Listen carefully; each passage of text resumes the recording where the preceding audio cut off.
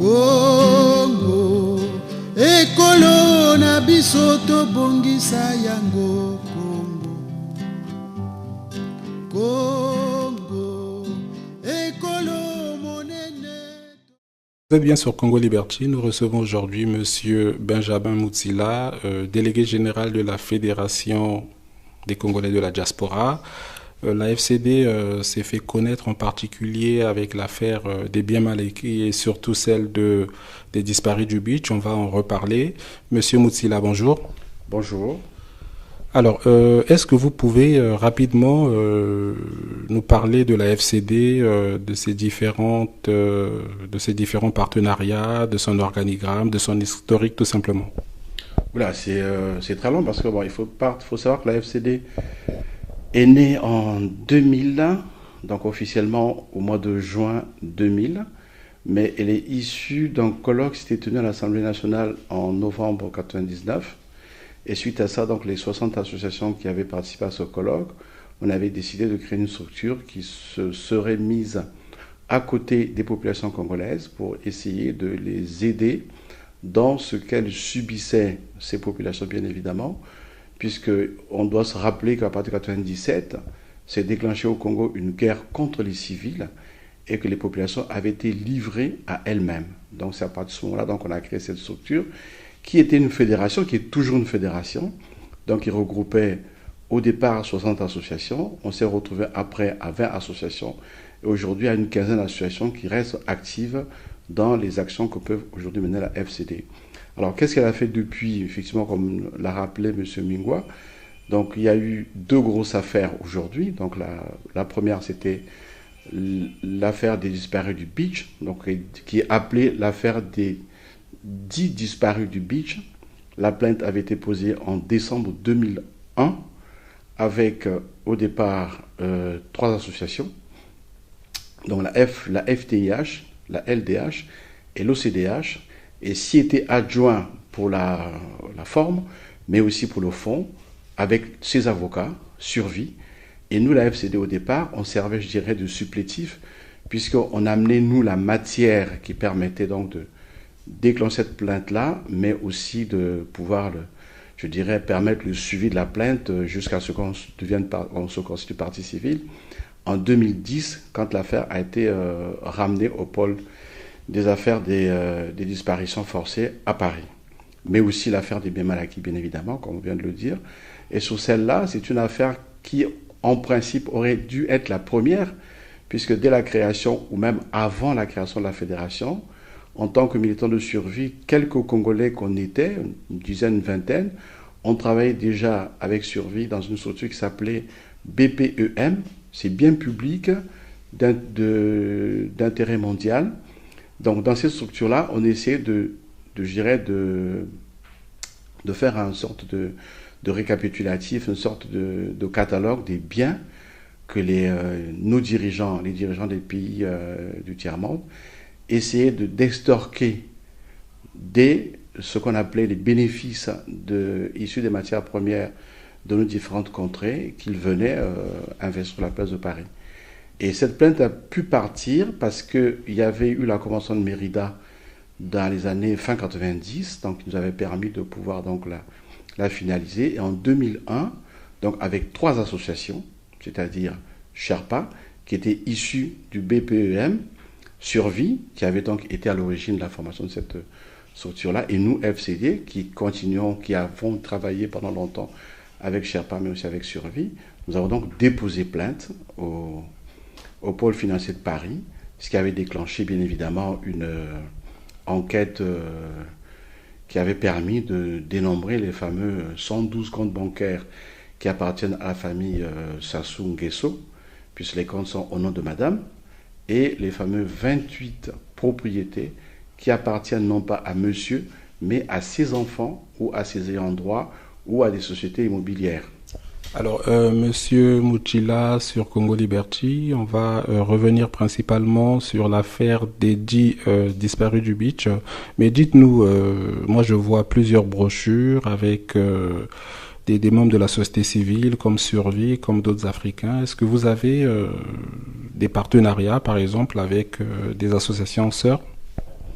Alors, la seule association sœur en fait avec laquelle on travaille sur cette affaire-là, c'est la fédération, la FDH, la Fédération internationale des droits de l'homme, mais aussi l'OCDH à Brazzaville, qui c'était elle constituée plaignante dès 2001. Nous, on n'existait que depuis une année, on ne pouvait pas être plaignant, donc on s'est constitué partie civile qu'à partir de 2010.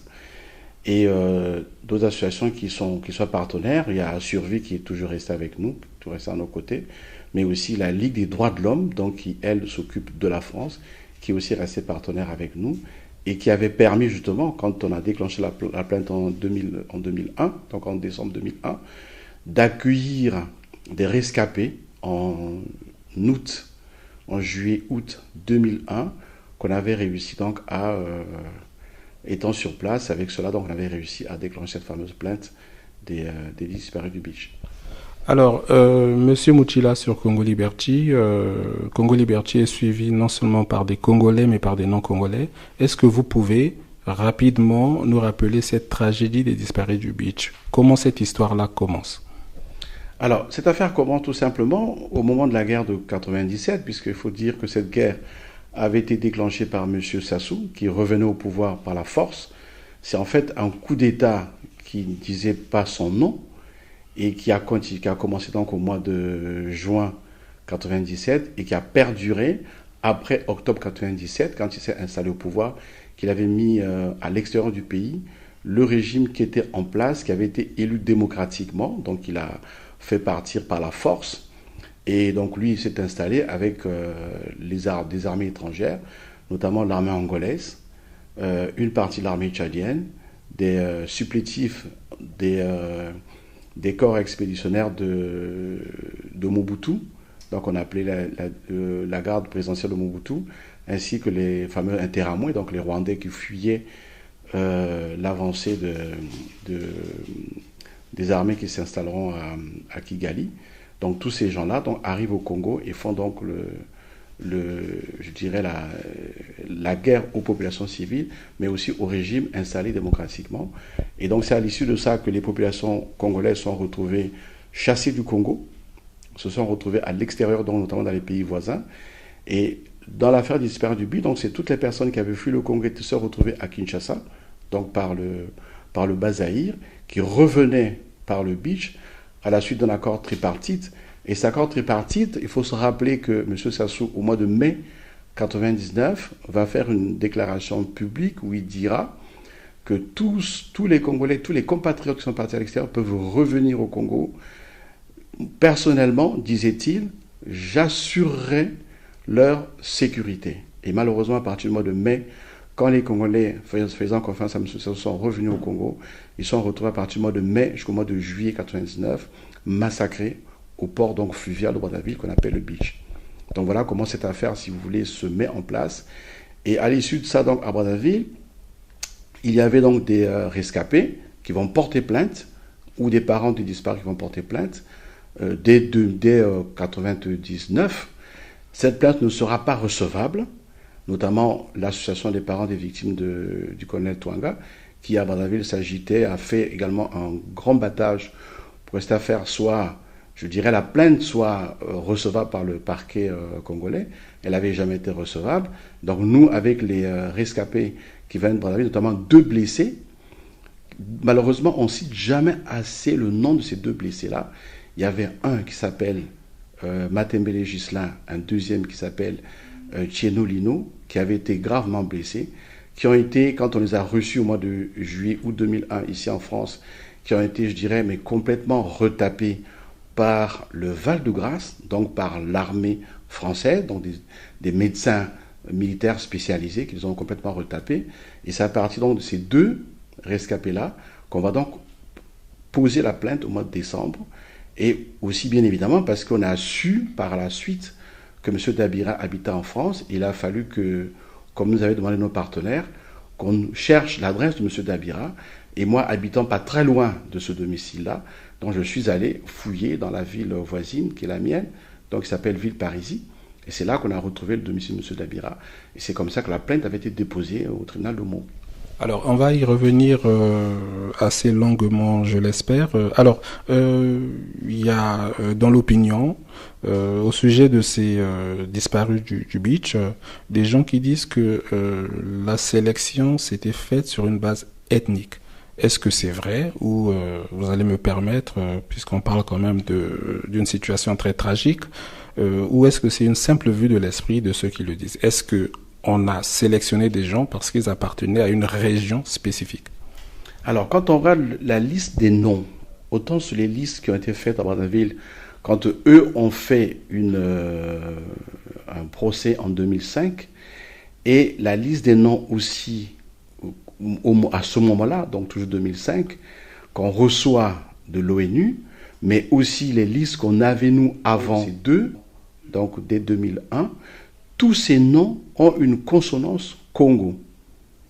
Donc des gens qui viennent des mêmes régions, c'est-à-dire toutes les régions sud du Congo, le Poul, la Bwenza, la Likumu, le Nyari et le Kwilu. Donc tous Congo.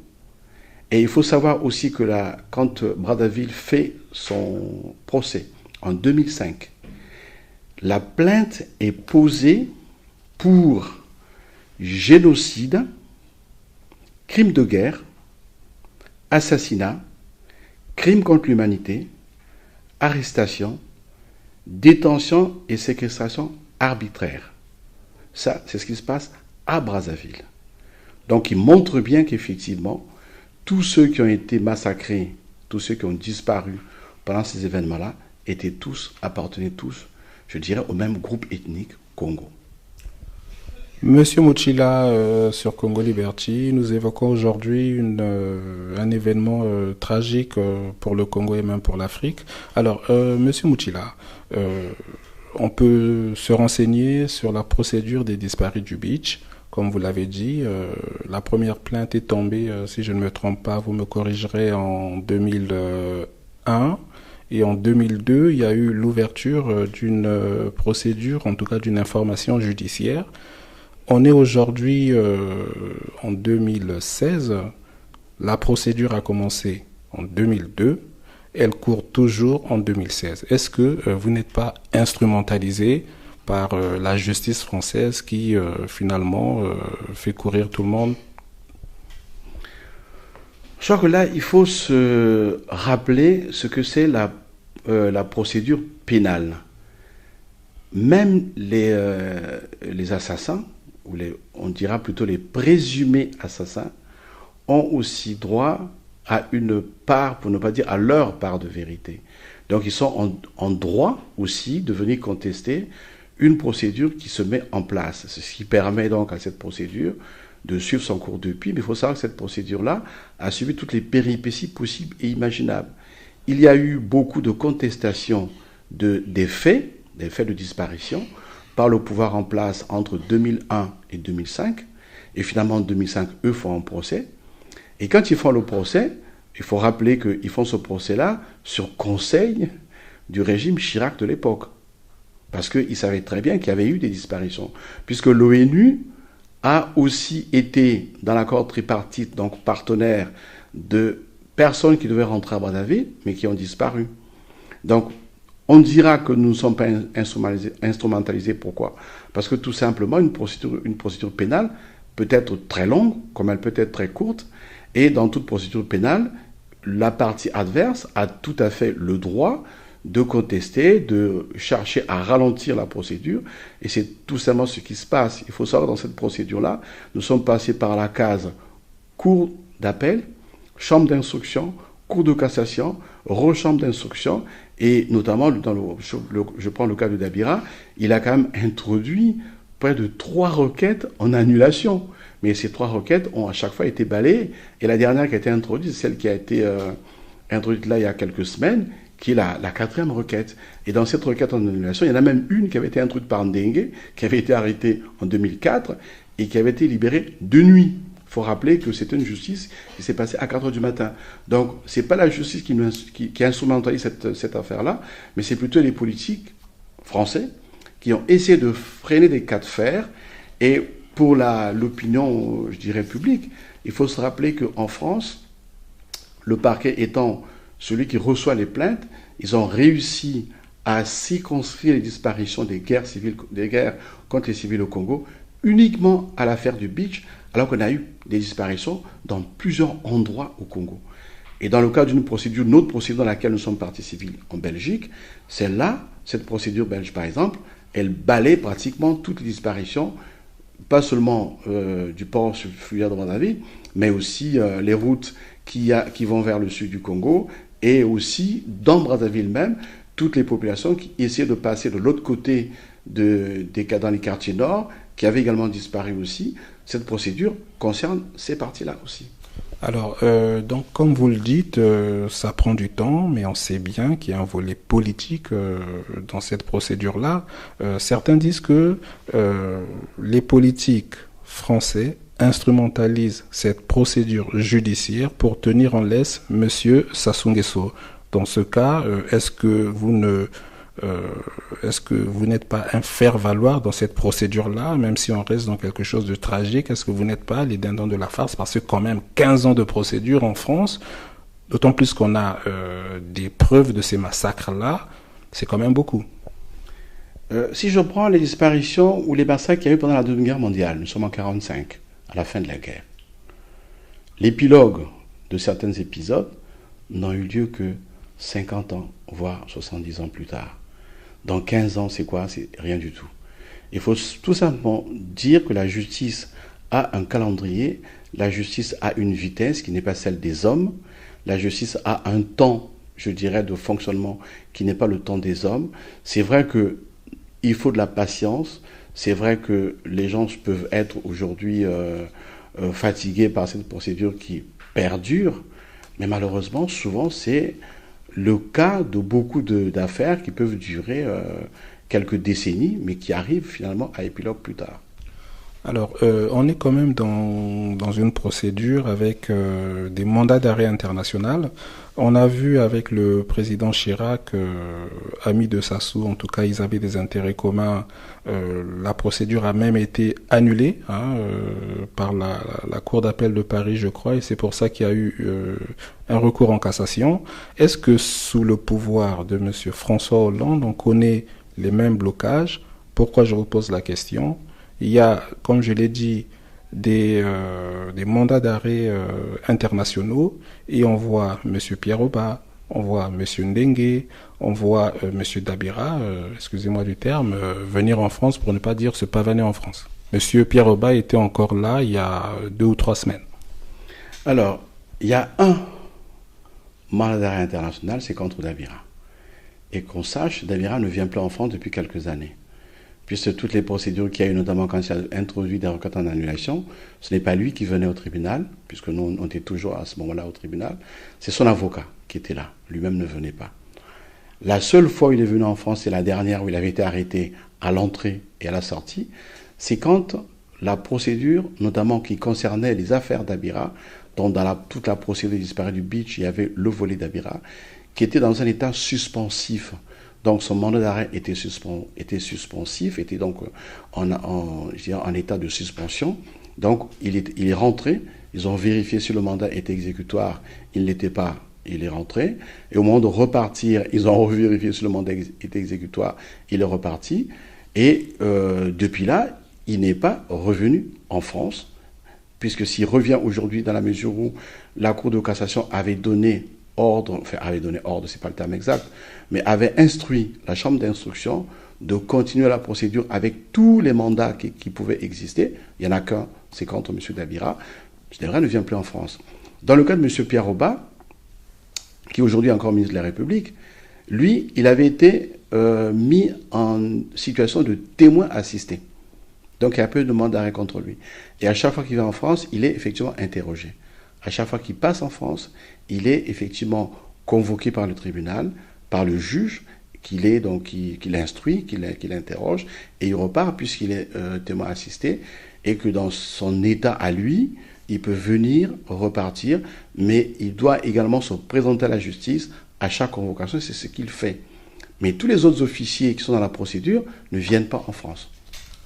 Alors, Monsieur Benjamin Mouchila sur Congo Liberty, le vendredi 13 mai, il y a eu dans le cadre de la procédure, vous allez nous dire ce qu'il en était exactement, des disparus du beach. Monsieur Dabira, vous nous le direz, a demandé en annulation un pan entier de son interrogatoire.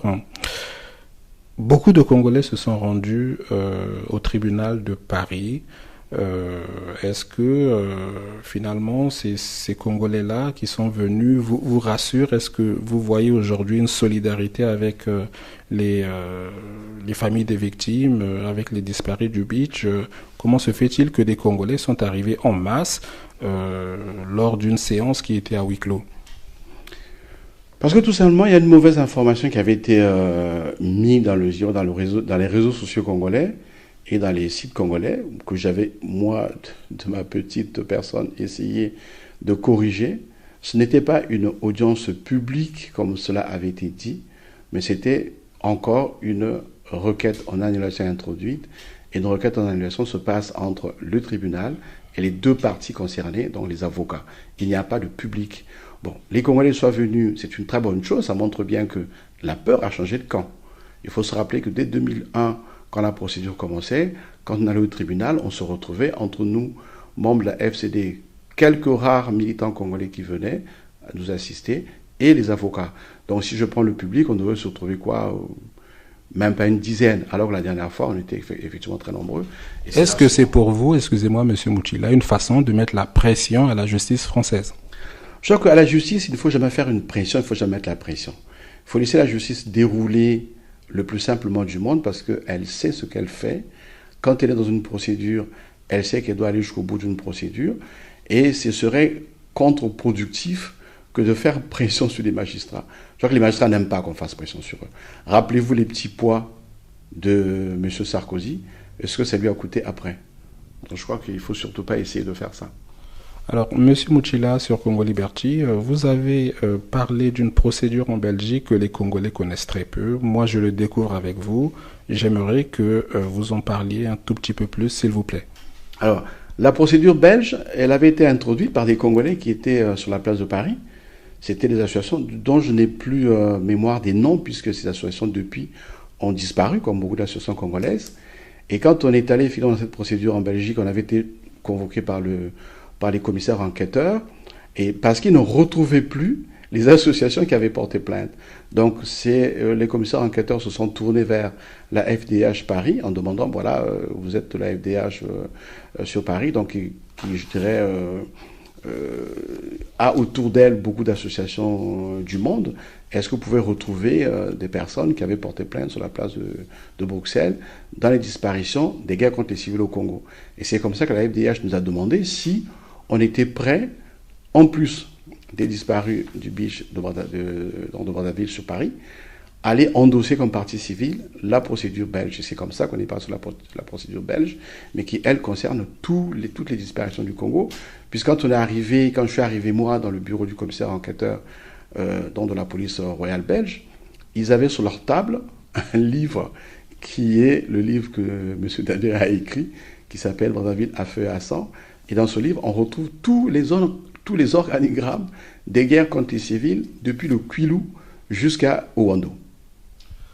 Monsieur Mouchila, sur Congo Liberty, mais moi, Mingwa, je vais vous poser une question que je me suis toujours posée. On sait tous que le retour de nos malheureux compatriotes qui ont été massacrés au beach de Brazzaville s'est fait suite à un accord tripartite avec le HCR. Donc c'est pour ça qu'on parlait tout à l'heure des Nations Unies qui étaient impliquées dans cet accord-là. Est-ce que les Congolais pourquoi les Congolais n'ont pas porté plainte contre le HCR, qui à mon avis aussi est responsable, même si ils n'ont pas participé à ces massacres? Ou sinon, pourquoi le HCR n'est pas du tout partie civile dans cette affaire-là? Alors, comme toute organisation internationale donc, qui dépend de l'ONU, ils ne peuvent pas rester en justice, donc ils ne peuvent pas être partie civile. Mais par contre, les systèmes de l'ONU ont toujours demandé au Congo de faire la lumière sur les disparitions qu'il y a eu au Congo. Pour preuve, 2005, quand ils font leur procès à Brazzaville. À l'époque, ils disaient, il n'y a pas eu de disparition, c'est une vue de l'esprit de l'opposition installée à Paris. Pendant ce procès, il y a même eu un fait qui, moi, m'a fait sortir de mes gonds, m'a fait trouver notre justice de pitoyable. Pendant le procès, il y a un avocat qui s'est permis de sortir, soi-disant, il disait, ce sont des preuves chosifiées de personnes qu'on présentait comme étant des rescapés, comme étant les soi-disant disparus du beach. Le président du tribunal, M. APC, quand on entend les enregistrements, dit au moment où on le présente, ces deux fameux témoins chosifiés, tout sauf ça. On ne peut pas se moquer des personnes qui sont mortes, ce sont quand même des compatriotes. Donc ça montre bien qu'à ce moment-là, que quoi qu'on puisse faire, les disparitions étaient réelles et que l'ONU, je ne fais pas l'avocat du diable de l'ONU, mais je vais juste resituer ce que sont les choses, parce que l'ONU à ce moment-là avait demandé au gouvernement congolais effectivement de faire un procès en bonne et due forme. Leur procès malheureusement s'est soldé par une indemnisation des familles qui avaient des disparus, mais sans criminels. Monsieur Moutila, j'entends bien, mais on a dit que Monsieur Sassou, en avril ou en mai 99, avait donné sa parole aux Congolais pour qu'ils rentrent et que leur sécurité serait garantie. On a vu que ce n'était pas du tout le cas, mais les Congolais sont quand même rentrés chez eux parce que les choses, en tout cas l'accord, s'est fait sous l'égide des Nations Unies. Les Congolais ne faisaient pas du tout confiance à Monsieur Sassou, donc le HCR, les Nations Unies, sont aussi responsables de ce qui s'est passé. Est-ce qu'elles vous apportent une aide juridique ou autre logistique? Alors, j'étais en train de finir ma réponse. L'aide que apporte le système des Nations Unies. En 2005, donc pendant ce procès qui se fait à Brazzaville, eux, ils vont compléter la liste du Congo en disant, voilà des personnes disparues dont vous, à Brazzaville, vous ne parlez pas. Donc, c'est le système des Nations Unies qui s'occupe de ce qu'on appelle les disparitions forcées.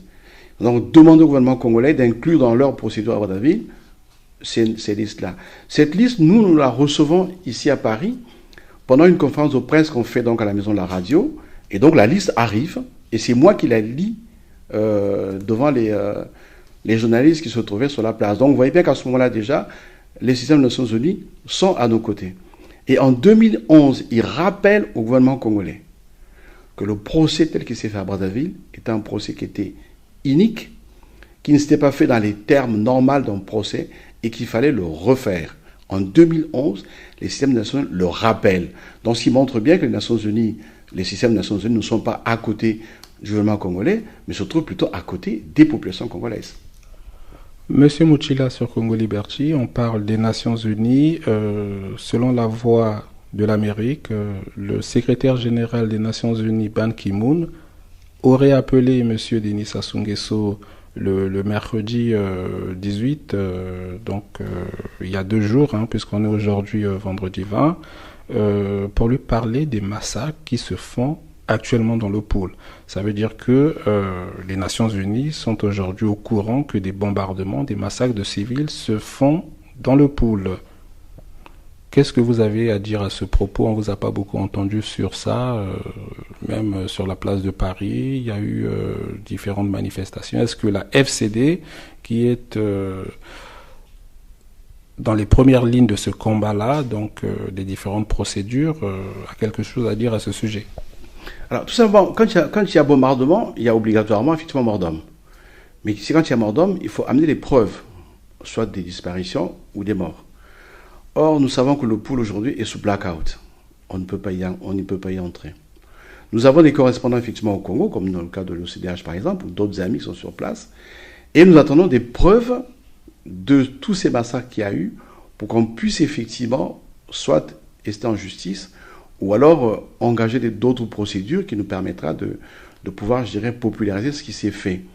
Si je prends le cas, par exemple, du 20 octobre l'année dernière, quand il y a eu des massacres à Pointe-Noire et à Brazzaville, au moment du fameux référendum où M. Sassou voulait changer la Constitution, nous avons effectivement produit un document avec des photos qui montraient bien qu'il y a eu des massacres.